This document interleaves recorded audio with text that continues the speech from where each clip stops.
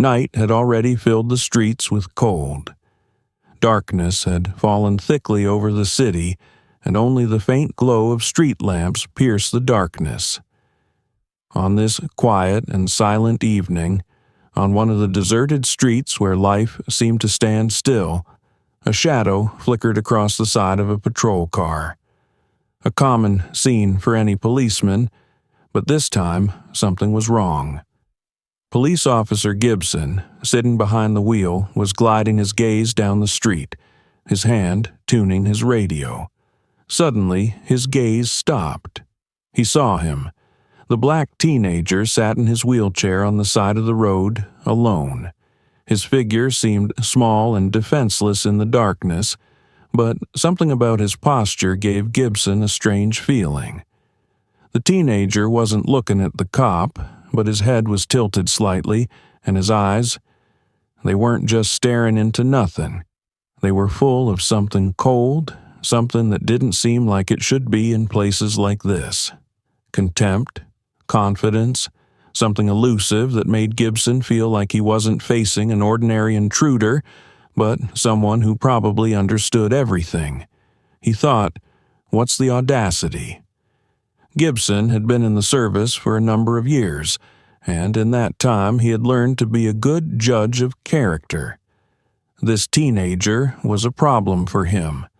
There was no fear in his eyes, no pity, just cold detachment. It was out of the usual pattern, where anyone in that position always looked weak, vulnerable, helpless. He slowed the car down. He drove closer. "Hey, kid," he shouted through the open window, not wanting to get out of the car. "What are you doing here at this hour?" The teenager didn't answer. He continued to sit there, unmoving. His face, covered in sweat, remained motionless, his gaze still staring into the void. His chest was barely perceptibly rising and falling, but there was nothing in his eyes that could be called normal fear of a police officer. Gibson shouted again, "Can't you hear me? Do you even know who I am?" But the teenager was silent. His silence filled the air with an inexpressible menace. The policeman felt his irritation growing. He looked at him again. That child who, despite his wheelchair, looked at him with such an unperturbed expression. It was more than a violation. It was insolence. Gibson exhaled, clenching his fists. He was sure this teenager was hiding something. There was no way he could just sit here alone without being a trespasser. And if he thought he was going to be treated with respect, he was wrong. He opened the car door and got out, stepping onto the pavement with determination. As he got closer, he stopped right in front of the teenager, looked into his eyes and said, almost with a sneer, "I'm telling you to get up. Can't you hear me? Get up." The teenager remained silent, unmoving, his face cold and unmoving. Gibson felt his patience wearing thin. He leaned over sharply and grabbed one of the wheels of the wheelchair and tried to pull the teenager out of it with force. It was an act of absolute power, and he felt he had the right to do so. But as soon as his fingers touched the stroller, something in the air changed.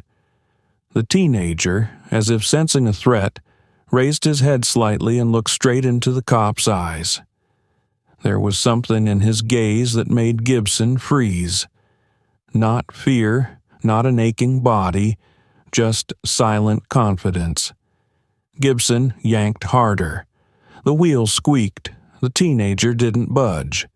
It was so sharp, so disproportionate, that for a moment Gibson felt his aggression begin to spiral out of control. He jerked the teenager out of the wheelchair, not even noticing how he struggled to hold on to the armrests, trying not to fall. "Do you even realize who you're dealing with?" shouted the policeman, turning away from the teenager, and at that moment literally throwing him to the pavement.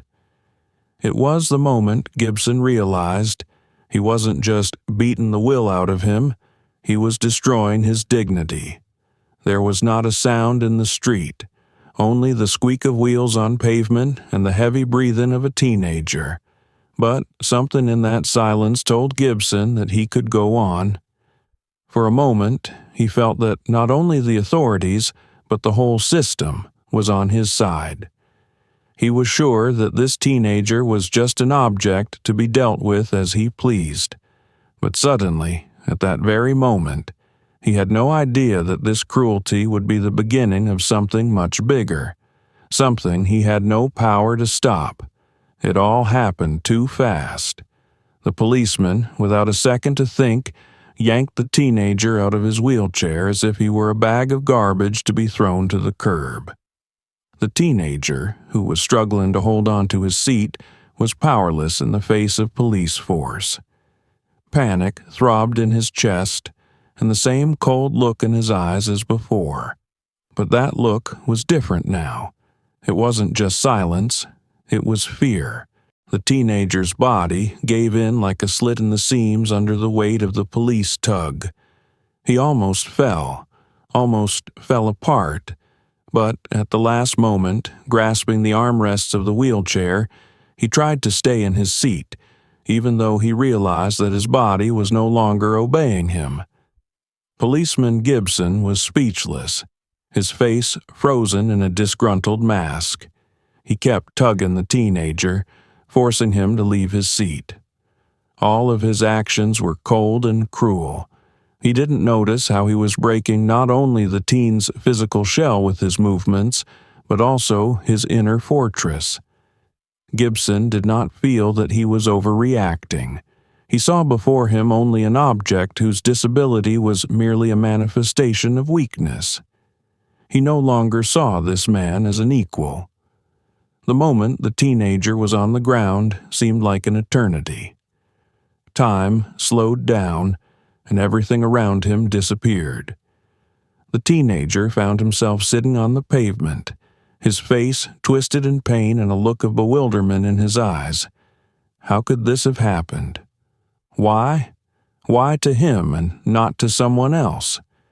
What sin had he committed to be torn from his life and thrown to the ground like a thing that could easily be thrown into a garbage can? At this point, Gibson approached him, completely unaware of his superiority. He was not only a policeman, but part of a system that had always thought itself right. He began to look at the teenager as if he were not a person, but just a part of space, without rights, without voice, without need. "Are you out of your mind?" he said, leaning toward him to make his words as demeaning as possible. "Why didn't you answer me at once? You think you can sit here like some king in his wheelchair? You can't do anything, you're not going anywhere. You're nothing but a freak." Every word was like a blow. Gibson didn't realize that for the teenager, his words were more than just aggression. They were a reality from which there was no escape. Each of those words pierced his soul, leaving a gaping wound. The teenager leaned on his arms and tried to rise, but his strength was failing.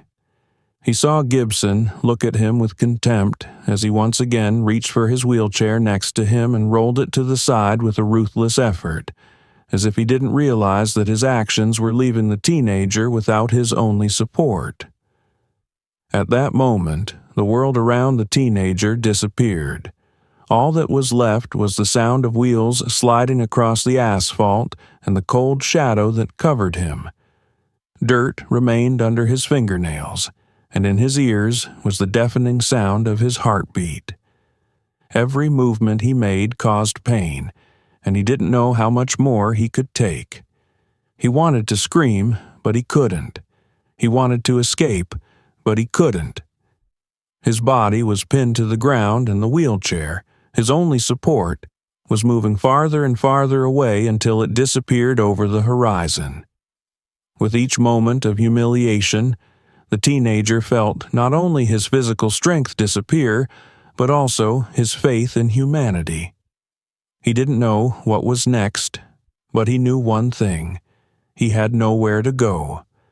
The place he once thought was safe had become a trap, and the man he once could respect had become his cruel tormentor. Gibson stood over him, his gaze still as cold as his actions. He wanted something more than humiliation. He wanted to show his power. He was sure that in that moment, the teenager realized that his whole life, his whole struggle, everything he had once thought important, didn't matter. He was nothing, empty, insignificant, needed only to demonstrate power. And in that moment, when there was nothing left for the teenager but pain and humiliation, he felt his world disappearing. A world where his disability was part of his life, not a tool for ridicule, a world where he could at least hope for kindness, was disappearing. All that was there was the policeman, his contempt and his certainty that he could destroy. He tried once more to rise, but sank to the ground again, feeling the world around him becoming more and more alien and hostile. No help would come. No one would stop this policeman. He was alone. All alone. Before we continue, let's pause for a moment. Write in the comments where you're listening to our stories from, whether you've had something similar in your life, and how you experience what's happening. Subscribe so you don't miss the next exciting parts of this story. Now, let's get on with it. While the whole world seemed focused on the event that unfolded in the shadows of the night, the teenager's mother, Clara Mason, wasn't around to see it. She was in her office downtown, where she stood before an important group of lawmakers discussing key human rights reforms. She spoke about equality, about fighting systemic racism, about those who have no voice in this world.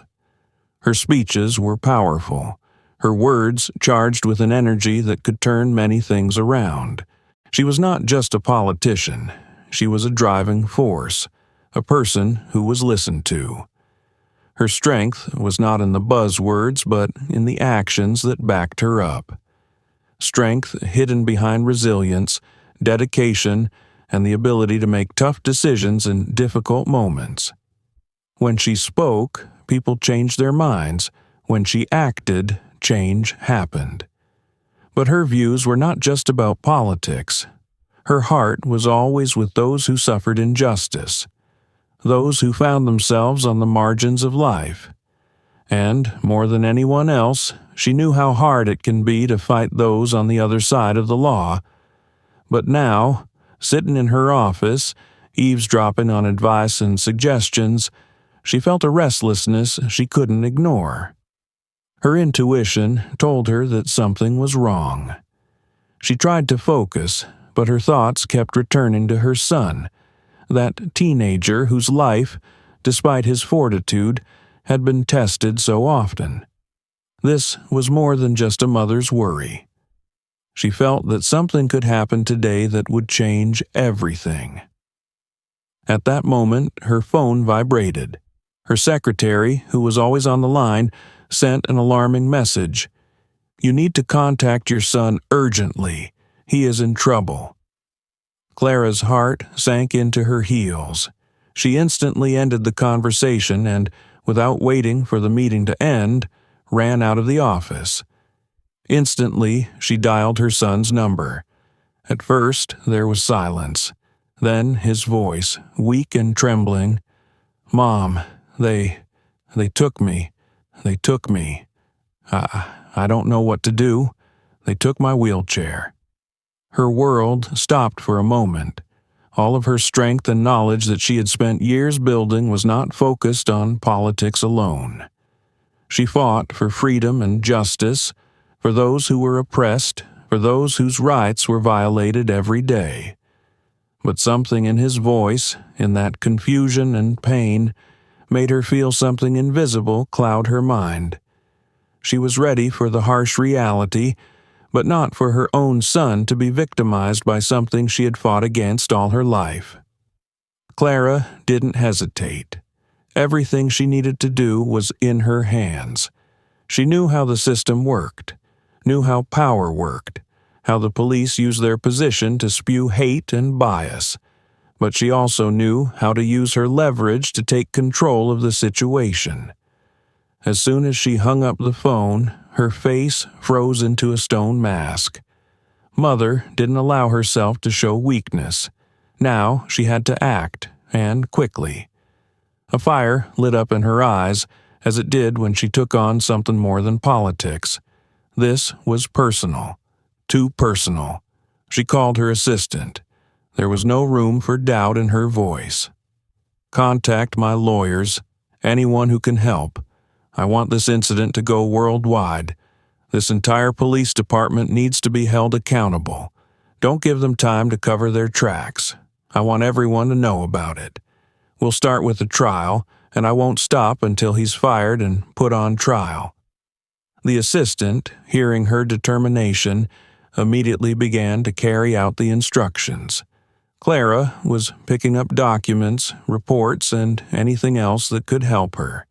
She was quick and decisive. She knew how to use her contacts, how to get people to act, knew how to break through any wall if she had justice behind her actions. She realized this wasn't just an opportunity, it was a chance to change things. But this time her energies were not directed to the speech, not to the debate. It was a real test for Clara as a mother who may not have been able to protect her son at that moment, but she made sure he was not left without help. She headed for the car. She had a plan, and she knew that if everything went the way it should, this case would be her new battle, one she was ready to handle. But the scariest part was ahead, because what she didn't know was that this particular police officer, Gibson, was only the first part of what she was about to face. The system isn't so easy to break, and her son isn't so easy to bring back to a safe world. But she wasn't going to stop, and Clara Mason won't stand for it. When Clara Mason arrived on the scene, her face was as still as stone, but there was fire in her eyes. Not anger, but the realization that this was not just a mistake, but a whole mechanism ready to destroy everything in its path if it was not stopped. She stopped the car, almost hitting the curb, and stepped out into the street, ignoring the stare of the policeman who stood back, watching her approach. That look was familiar. It was the look of a man certain that everything he did was beyond question. And there was something about it that made Clara feel cold in her body. He was sure of his impunity, and that was her first priority to stop. What happened? Her voice was hard as steel, but there was an undercurrent of rage that was barely contained. Policeman Gibson looked at her with disdain. He was sure that everything that had happened could easily be written off as a minor incident. His gaze was as cold as his actions. "It's all right, ma'am," he said with an aloof grin, as if Clara wasn't standing in front of him, but was just another report to be worked on. "Me and this guy were just figuring out what he was doing here, and he was, uncooperative. I had to calm him down. His words were empty, and his tone was cruel and condescending. He didn't even try to justify himself or explain his actions. He spoke as if this were the norm, as if a policeman was right simply because he wore a uniform. And in that moment, Clara realized that this was no accident. This was exactly the kind of case where the system had not just been wrong, but had acted as it always had. The policeman was sure that he could do anything. He knew his actions would go without consequence. Everything was predictable. But for her, for a mother, for someone who had dedicated her life to fighting oppression and injustice, this was unacceptable. She wasn't going to let it go unchallenged. Not with her son. Not with this police officer. "You calmed him down?" Her voice was increasingly harsh, each word like a slap on the table. "He's in a wheelchair, and you think it's your right to just yank him out of it and throw him on the ground?"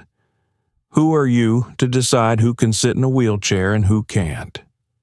What are you doing, Gibson? The policeman, hearing her last name, jerked his shoulder nervously. It was the moment he realized that she wasn't just the mother of a teenager. She was a politician, a legislator, a woman whose reputation and her powerful connections could make his life unbearable if she decided to act.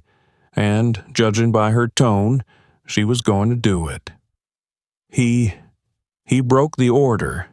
Gibson began to justify himself, but his words sounded weak, like the excuses of a man who realizes that there is no logic in his actions.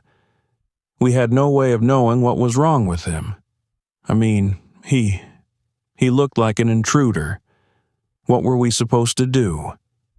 He tried to turn to the group of other police officers again, but they stood silent, as if they had forgotten they had to explain anything at all. Now, Gibson, tell me. Clara stepped closer, her eyes glittering. Did you think that everything that happened would be covered up? That we would all just forget how you treat people, children? I may still be able to forget, but I demand justice. You were on duty when it wasn't, and now I want you and all your colleagues to be held accountable for what you did. It's not just a mistake. It's a crime. The man was getting visibly nervous.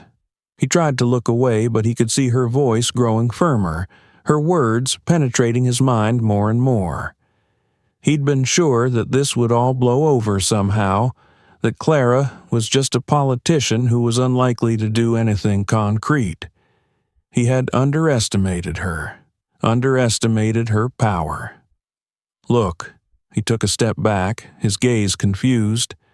I was just following instructions. There was no intention of hurting anyone. I didn't think he was in a wheelchair. I thought he was just trying to get away. Just believe me, I didn't know he was disabled. Clara took a step forward. Her voice was cold, but full of strength. She didn't want to hear his excuses anymore. She knew it was all just a disguise. It had all been pre-planned. Yeah, Gibson, you didn't know he was in a wheelchair. Did you think you were allowed to treat children, anyone, that way, if you thought they might disrupt order? Did you think you could get away with your excuses? You don't even realize what you've done. She was fully convinced that these actions of the policeman were not just a mistake. It was a demonstration of how the system works, how it ignores the consequences of its actions, confident in its infallibility. The policeman was confident that none of his actions would be punished and he would be safe. And the worst part? He was right. In many ways, he was right. Clara turned and walked over to her son. He sat surrounded by several policemen, his gaze blank, tired. He wasn't physically hurt, but her heart squeezed, seeing his inner world shattering as he endured the humiliation. "Are you okay?" she asked, leaning toward him. Her voice was warm, soft, but there was an icy determination behind it. Her son didn't answer, but his gaze was full of pain. He didn't know what to say. He felt the world crumbling around him. He didn't know what to do with this feeling of helplessness, this feeling that the system and those in it were against him. But Clara Mason already knew. She knew she couldn't stop. She was ready to start a war, and she would win it. This wasn't just a fight for justice. It was her own personal fight, for her son, for his future, and for the future of all those so easily disenfranchised by the system. "We'll fight," she said quietly but firmly, looking into his eyes. "You're not alone." When Clara Mason returned to her office, silence followed. As she stood before the police officers, her heart didn't beat with fear or excitement. It beat with rage, with the deep realization that she could no longer remain silent, that she couldn't let this system continue to destroy lives. Everything that had happened to her son was not just an incident. It was a message. She realized it instantly, and that realization penetrated deep into her soul like a cold knife.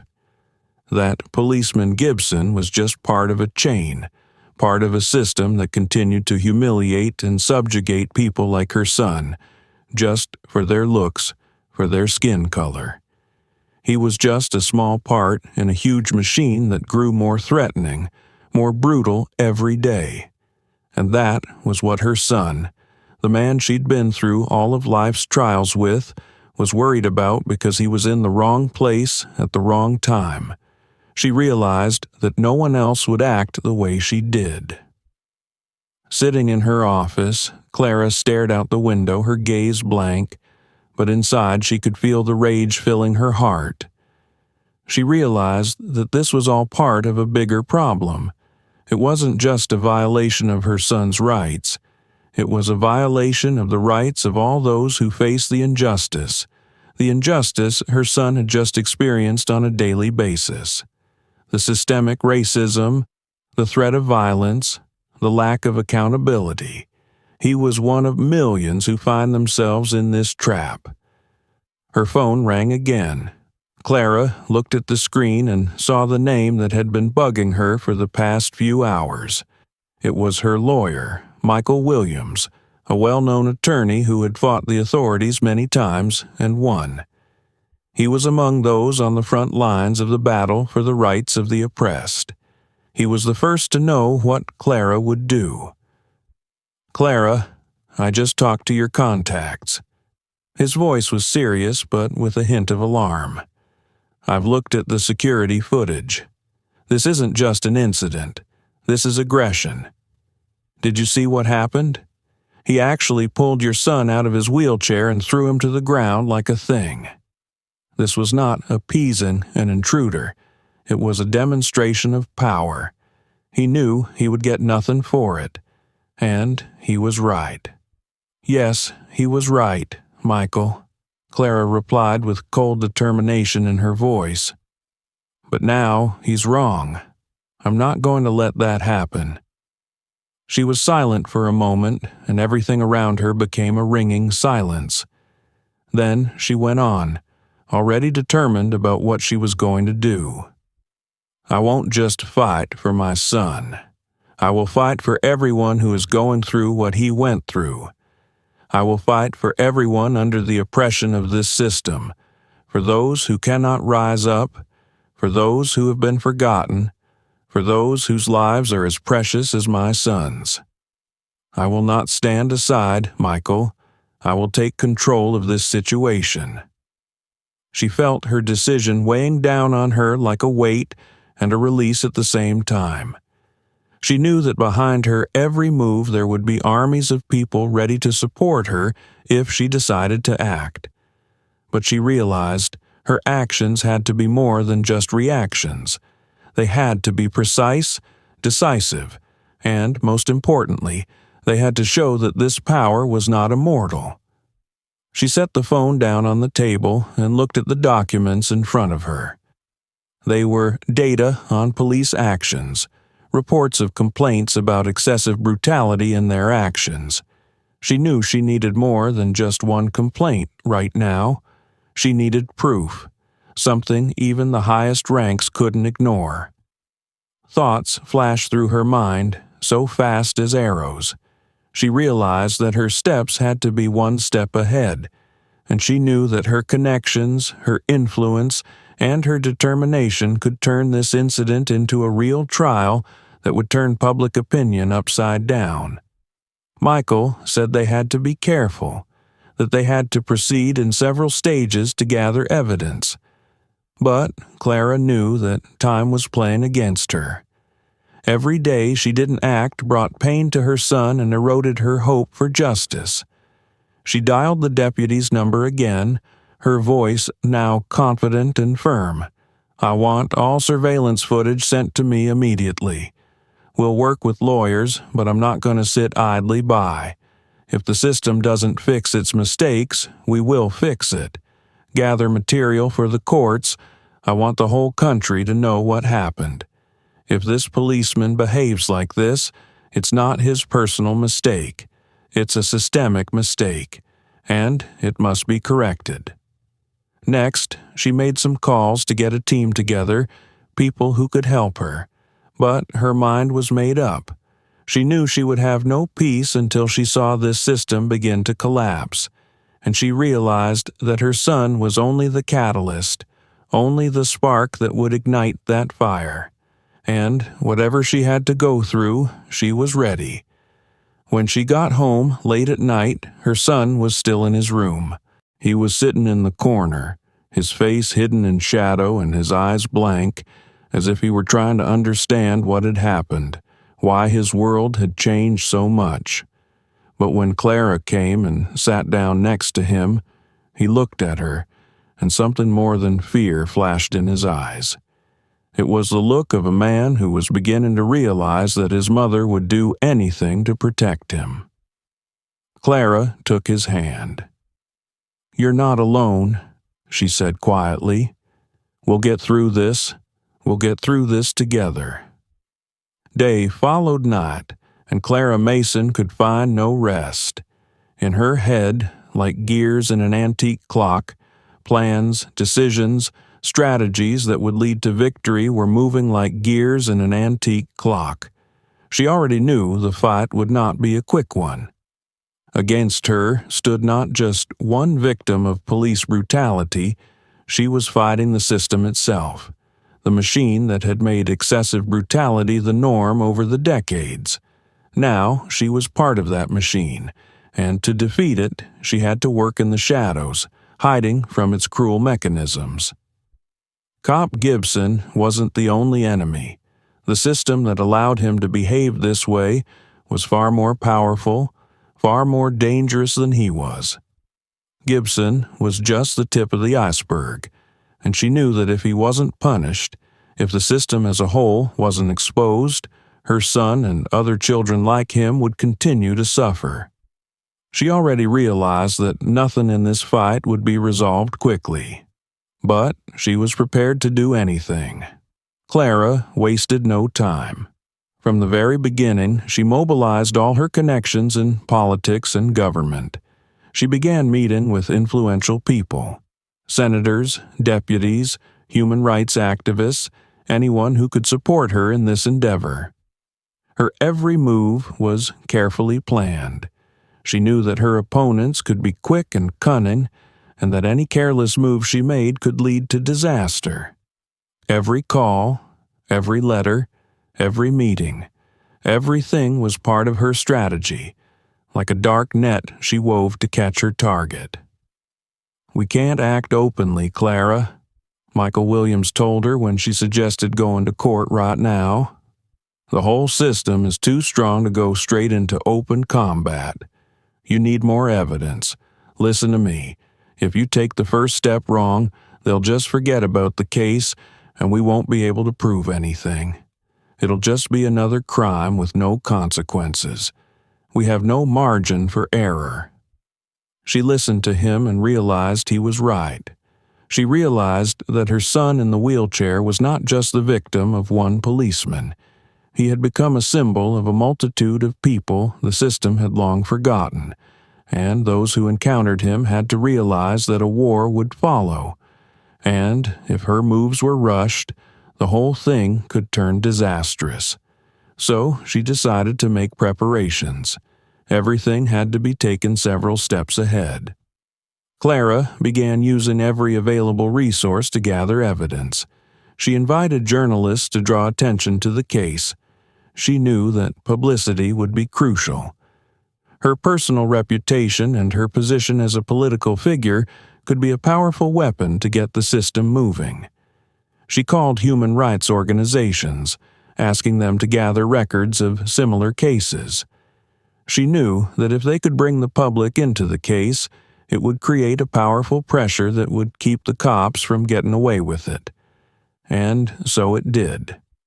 Within days, there were numerous articles, media coverage.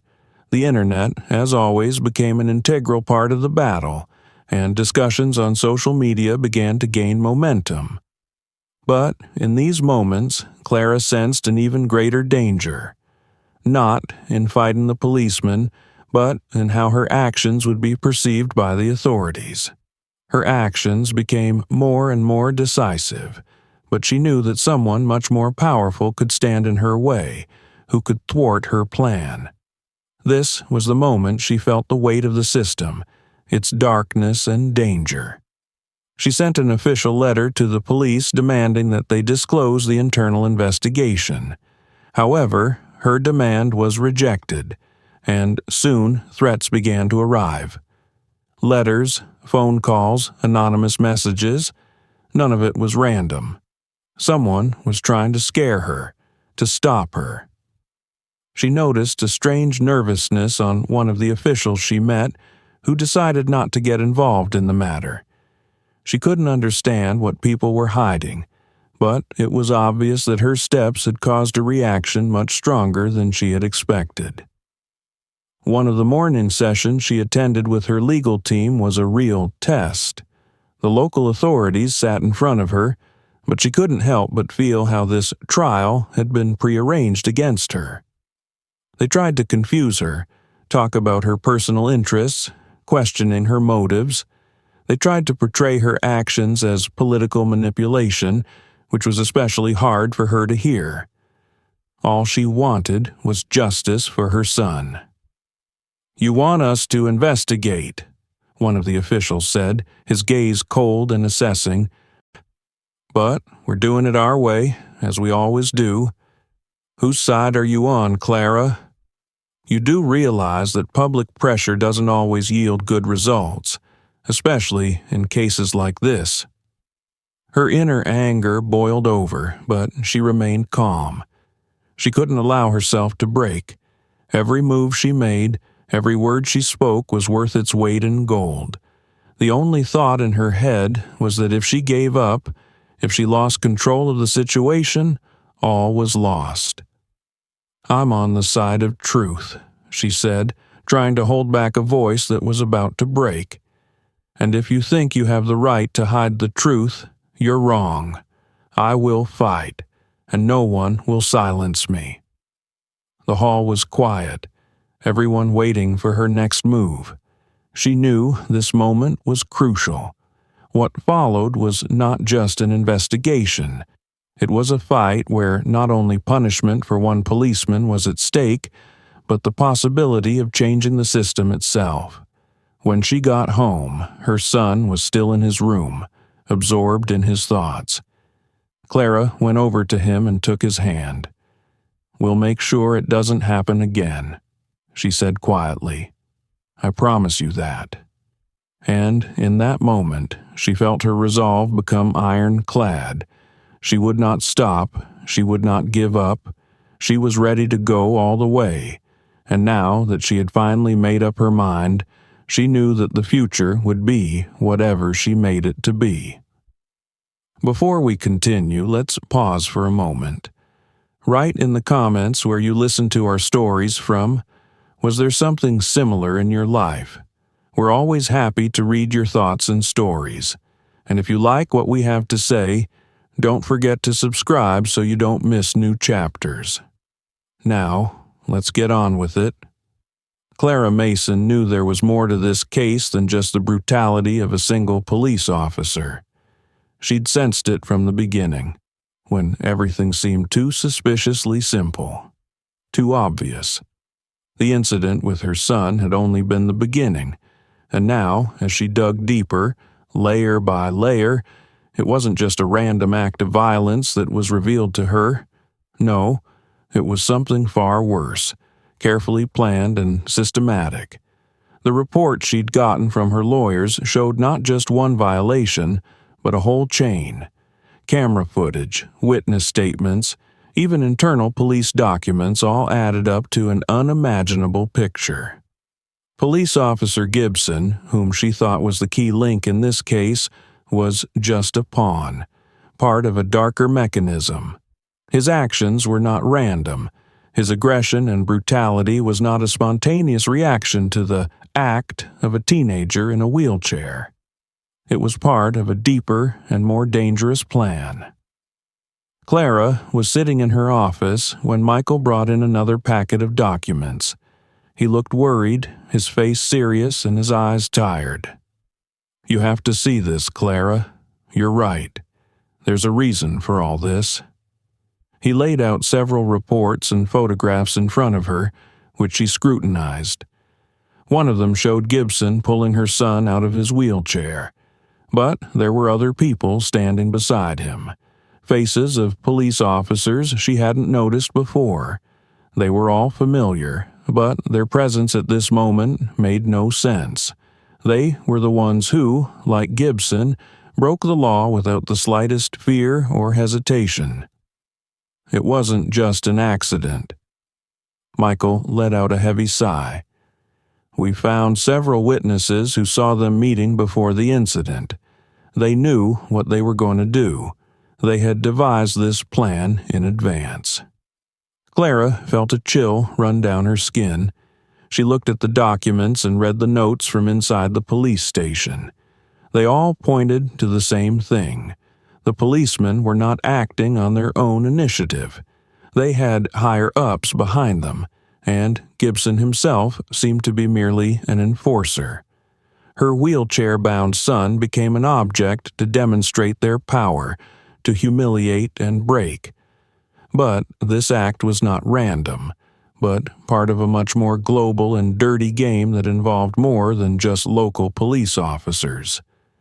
"It's more than that," Clara said, almost not believing her own words. "It's not just aggression. It's not just racism. It's part of a plan that is directed against us all." Her fingers trembled as she turned the pages.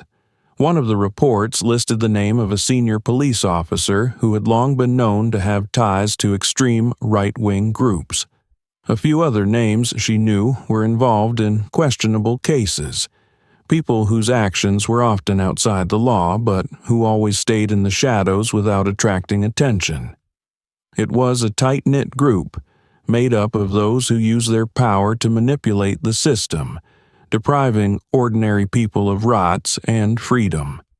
And now, in the person of her son, they had found their new victim. But what does all this have to do with her son? Why him? Clara couldn't answer those questions yet, but one thing was certain. It wasn't an accident. Her son was a target because he was part of a system that allowed people like Gibson to do things with impunity. Her son was a symbol of that system. Weak, defenseless, someone to be suppressed and ignored. Michael watched her reaction carefully and seemed to realize, too, how much this was all more than just one man's revenge. He waited for her next move, knowing that Clara couldn't stop now. "Do you know what that means, Clara?" he said, as if putting on a final, deadly accent. "This isn't just revenge against Gibson or the local police. There are stronger forces behind this. This is war, against us, and if you don't stop, you're going to be part of that war." Clara didn't answer right away. Her mind was racing, her thoughts clashing like drums, but she realized there was no turning back.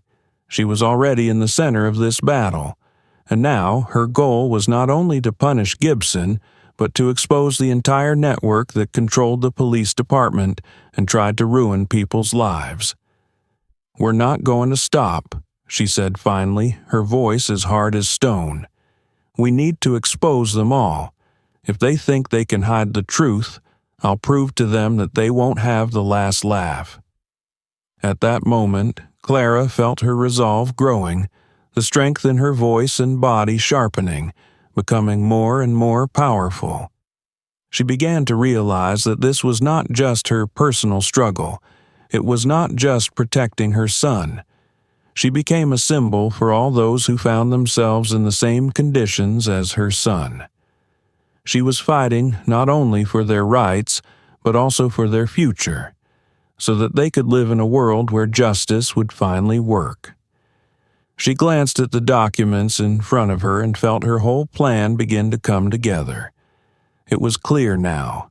The police hadn't acted on their own initiative. Someone was behind the incident. Someone was trying to use her son as a victim in their dirty game. Clara knew it would be a difficult journey. The forces she would be fighting against were immense, but there was a fire in her eyes that wouldn't go away, and she was willing to do anything to destroy this system. In that moment, Clara Mason wasn't just joining the fight for justice, she was declaring war. War on those who had for too long considered themselves out of reach, who had been convinced that their power was an unbreakable wall. Now she stood before that wall, and her resolve was as unshakable as the rock she felt in her heart. But with every step she took, with every word she spoke, she was sinking deeper and deeper into a dangerous game where not only her future, but her son's life was at stake. She decided to take action. She decided not to hide in the shadows, but to step into the public arena. She knew that if her voice was not heard now, if she did not make herself known, all her efforts would be in vain. Her demands were simple, but they were aimed at the heart of the system. She demanded a full and impartial investigation into the incident involving her son in a wheelchair. She demanded that Gibson be removed from office immediately, that his actions be publicly recognized as criminal. She demanded that her son, who had been targeted by this entire cruel machine, be recognized as a victim, and his righteousness be undeniable. Clara made a statement to the local media, and then sent official letters to federal agencies. She had used all the political leverage she could muster. She had connections in the highest echelons of government, and now she was using them to their full potential. She attracted the attention of major human rights organizations, gathering supporters and rallying people who couldn't keep quiet about these cases either. The tone of her statements was firm and decisive, each word like a shot. She knew that her actions would have consequences, but that didn't stop her. There was a fire in her eyes that could no longer be extinguished. She wrote letters, gave interviews, and organized rallies where her words resonated with thousands of hearts. She argued that this incident was not just a police officer's crime, but the result of targeted, systematic violence that institutional racism and impunity lead to. But the further she went, the clearer it became that her steps had not gone unnoticed. The system she was up against was beginning to react, and it was not a friendly one. Soon, the threats started coming in. First, anonymous calls. Thin, cold voices that tried to intimidate her, threatening consequences.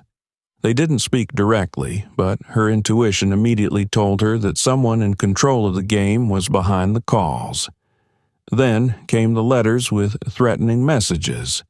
Letters with pictures of her son taken from a long distance. Unclear shadows in the pictures, but they were taken near the house she lived in. She realized they were warnings. One of the envelopes had an address written on it that was familiar to her. It was an old, abandoned warehouse in a neighborhood where those who held the city in their hands often hid. Though the letter didn't contain any overt threats, heavy speculation was already beginning to form in her mind. Her lawyers and allies, though believing in her strength, began to express doubts. Michael was the first to speak up. "Clara, they're not just threatening you. They're ready to go further. If you're not careful, this could get out of control." Clara looked at him, her gaze hard, but a shadow of doubt flickered in the depths of her eyes. She knew the threat was more than just empty words. She could feel the ground beginning to crumble beneath her feet. But fear was not her companion. She couldn't stop herself. Her son had been humiliated, his dignity torn apart, and she couldn't let these people hide in the shadows. She couldn't let these men and women who had beaten the weak and defenseless time after time go unpunished. Clara was speaking at the local Congress, where her demand for an independent investigation had been put to a vote. The hall was full, and tension was in the air. All eyes were on her, her words sounding like a challenge. But when she finished, all her determination was met with silence. Opponents of her initiative stood up for the police department. They didn't talk about what happened to her son. They didn't talk about brutality or racism. They talked about stability, that these things happen, but that they shouldn't be an excuse to destroy everything they had accomplished. "It's not just an incident, Clara," said one of the deputies, his face cold and his voice confident. "We can't let one incident undermine confidence in the police. It would upset stability, and stability is how the system works. You can't just throw stones at this mechanism. Do you realize where that would lead?" Her answer was brief, but sounded like a punch. "I will fight to the end, even if I have to confront you all." The hall froze, but she felt how her words were understood, not just as an answer, but as a challenge to the whole system, which, in her opinion, had long ago exhausted its moral resource. The next day, her house was surrounded by strangers. It seemed the same as always, but this time her sense of danger was so vivid that Clara couldn't ignore it. Another man stood on the threshold, one who was not on the side of truth. He was tall, with black glasses, his face hidden from the light. He approached her door with a menacing calm. "You're playing with fire, Clara. We don't want this to be a problem for you. Think about it." And he was gone. He didn't say anything more, but her heart clenched, and she felt everything around her begin to shrink. She knew now that the game had reached a new level. This wasn't just a standoff with a cop. This was a war against those who controlled everything and who were willing to go to any lengths to stop her. But Clara Mason couldn't back down. She had already taken the first step, and there was no turning back. She looked at her son sitting in his wheelchair and squeezed his hand tightly. "We will not stop," she said. "I promise you. We will not give up this fight." Gibson woke up from a nightmare, as he had every night since he'd pulled the teenager out of the wheelchair. His body was sweating, and there wasn't a single clear thought in his head. Only chaos. In the dark corner of his room, where all his belongings were neatly arranged as they always were, he sat on his bed and felt every fiber of his being clench with fear.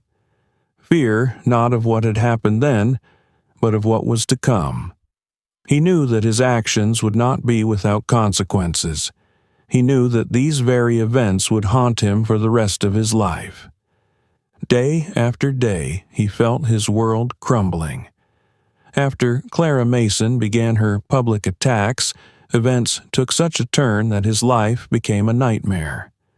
He thought that his actions would be forgotten, that everything would be limited to a couple of disgruntled comments on social media and complaints about his behavior. But now, everything was different. In the morning, he sat down again in his official car, and, as always, the feeling of uneasiness did not leave him. Every sound, every glance past his car seemed to him a threat. Gibson stopped more and more often at red lights, looking around as if someone was watching him. More and more people started paying attention to his name. First, it was quiet conversations in the corridors of the police station. Then he began to be mentioned on the local news. Clara didn't back down. Her words, her determination, were like a storm that wouldn't subside, and more people were taking her side. He could feel his reputation slowly being destroyed. One time, he even looked in his car mirrors, checking to see if there was a shadow behind him, if someone wasn't following him. He thought he could live in peace, that he could just get on with his work, but all that ended. Everything changed when the threats started coming. And now those threats were becoming more and more real. He was driving home one evening, his hands clenched on the steering wheel so tightly that his fingers turned white. He thought about what he could have done to avoid this whole situation, how he could have turned back the clock, but all he was doing at that moment was making excuses for himself. He said he was just following orders, that his actions were part of protocol. But what did he do to the teenager in the wheelchair? He intimidated him, humiliated him, stripped him of his dignity. He pulled him out of the wheelchair as if he were just an object, not a person with rights. But the main thing he felt wasn't guilt. It was fear. Fear that he would lose everything. His family, his career, everything he had built during his years of service was now at risk. Gibson began to realize that this wasn't just a misunderstanding, it was a criminal act. But to admit it, fully realizing the consequences, would mean ruining his life. Everything he knew, everything he had taught others was false. Everything he believed in was falling apart. Not knowing how to cope, he reached for the bottle more and more often. Drinking became his solace. He started it in the morning, just to disconnect himself from the thoughts of facing reality. The image of a teenager sitting in a wheelchair, seared into his mind, wouldn't let him go. His eyes, full of pain and fear, would not fade from his memory. He could feel the fear eating away at him from the inside, growing stronger every day. And so, when the next day came, he was summoned to the department for questioning. And this was no accident. It was a moment when the entire system could no longer hide what had happened. The police higher-ups could no longer dismiss the investigation. Every one of them knew that justice, no matter how they tried to distort it, had to be served. Clara Mason, undeterred, prepared charges and demanded a public trial.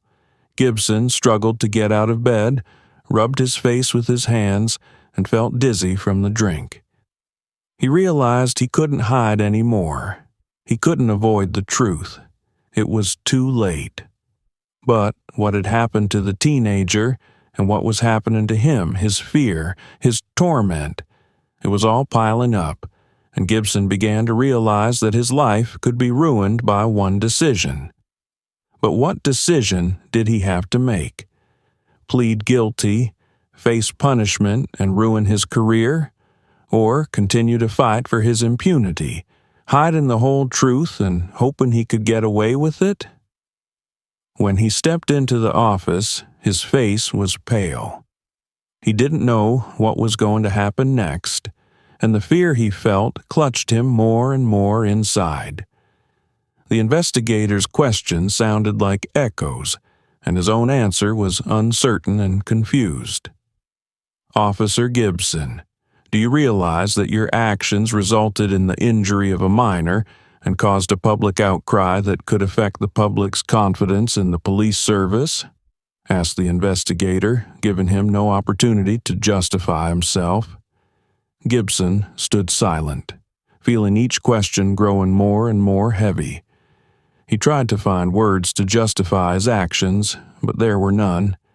There was only one thought in his mind. How would it all stop? How would he survive in this situation? His voice trailed off. I didn't mean to. I was just following orders. But the investigator was few words. His question was direct and hard. Who gave you that order, Gibson? Gibson didn't know what to say. He could have just kept it all quiet, blamed it on the team, on the system, but now he realized that all his excuses would be useless. The day he'd pulled the teenager out of the wheelchair was already too big to hide. It wasn't just an accident, it was a crime. And Gibson now faced a choice: admit his guilt, repent, or continue the fight, trying to salvage what was left. But as soon as he looked into the investigator's eyes, He realized he couldn't escape that decision. His future hung in the balance. Fate seemed to tighten its grip. Clara Mason stood before the huge glass doors of the courtroom, waiting for the moment when all the truth, all her pain, and all her determination would come out.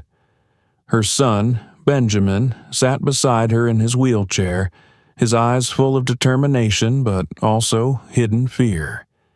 He knew this day would be crucial, but his thoughts were muddled with unanswered questions. How was it possible to be part of a world that so often destroyed those who could not defend themselves? How could the system be so cruel that its victims are forced to fight not only for their justice, but also for their lives? The fate of Gibson, the policeman who had ruthlessly dragged him out of his wheelchair, depended on what would happen here in this moment.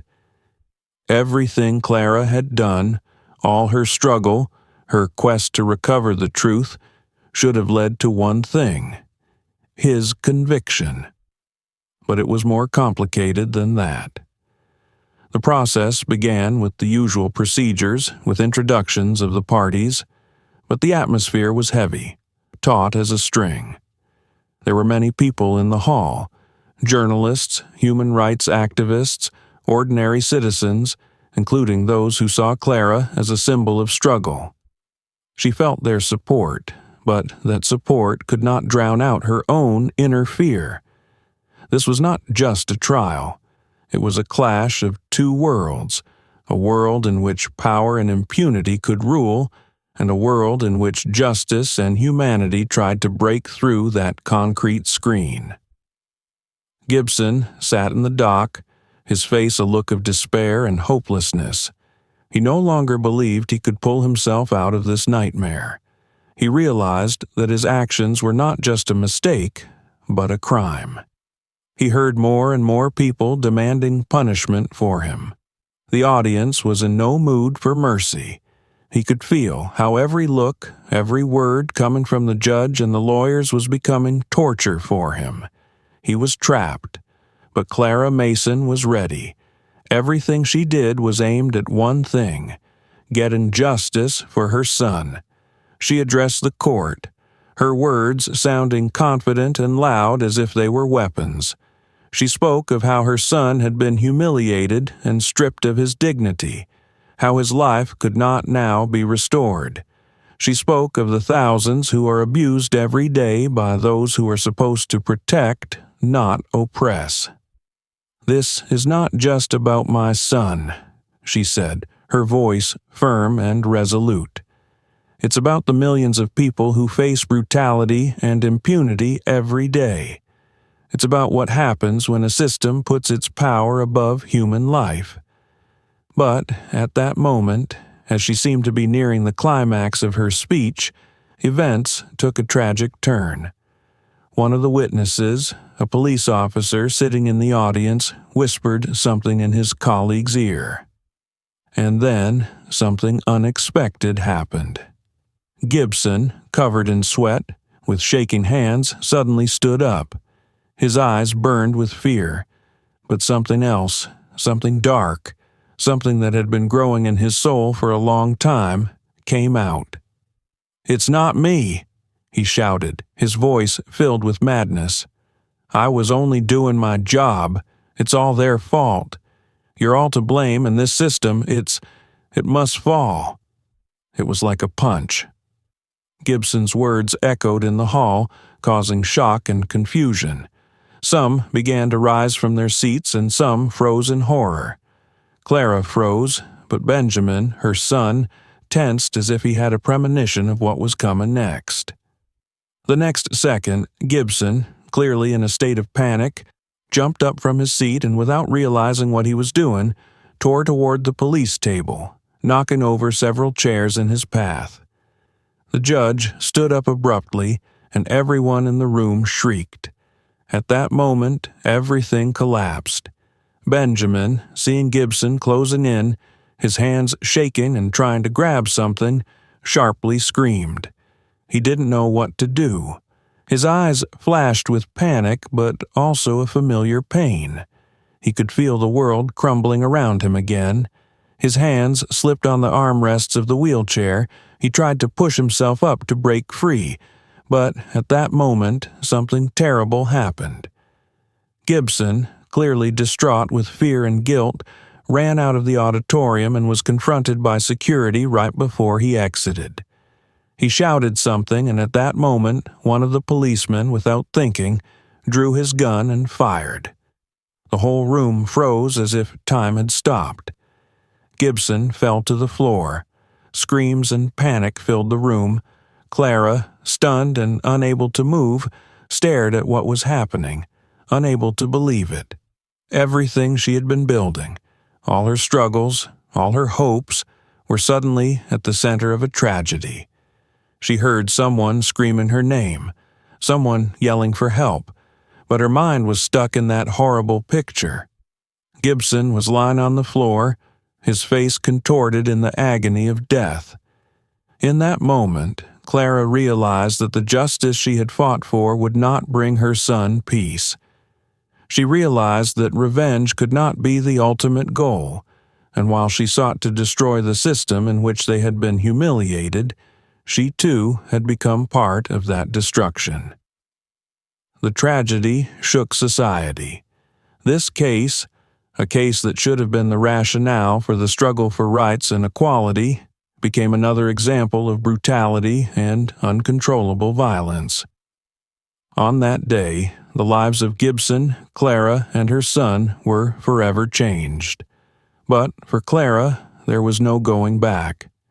She watched her son look into her eyes with hope and despair, and realized that for them, for all those who had lived through this nightmare, there was no completed end. The tragedy became revenge, a revenge they all experienced in their own way, but one that brought no peace to anyone.